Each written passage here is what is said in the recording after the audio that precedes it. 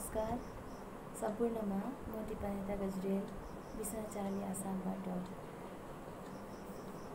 राज्यिक मुक्तक वाचन प्रतियोगितामा मैले पनि अंशग्रहण गर्न चाहे र मेरा 3वटा मुक्तकका हरफ लिएर आएकी छु। मेरो पहिलो मुक्तक छ यस प्रकार। अर्कालाई भन्ने अघि आफूलाई जान्ने गर, अम्लो ठड्याउने अघि आफ्नो गल्ती मान्ने गर।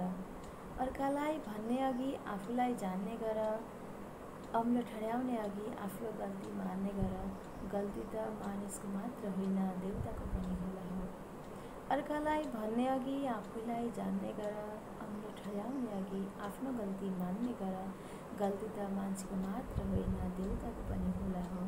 कुल्चिएर अघि बढ्नलाई मान्छे भन्ने ठान्ने गर। दोस्रो मुक्तक। बोकेर सपना दुई आँखामा तिमी आऊ, ऊर्जा छ शरीरका हर शाखामा तिमी आऊ।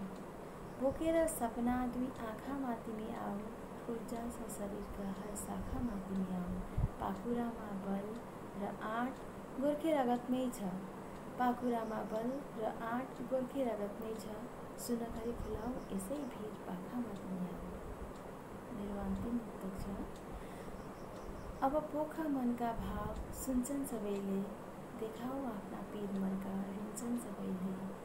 अब पोख मनका भाव सुन्छन् सबैले, देखाऊ आफ्ना पीर मनका रुन्छन् सबैले। हाम्रो पहिचान हाम्रो अस्तित्व हो भाषा, हाम्रो पहिचान हाम्रो अस्तित्व हो भाषा। अछुत होइन हामी अब, छुन्छन् सबैले। धन्यवाद।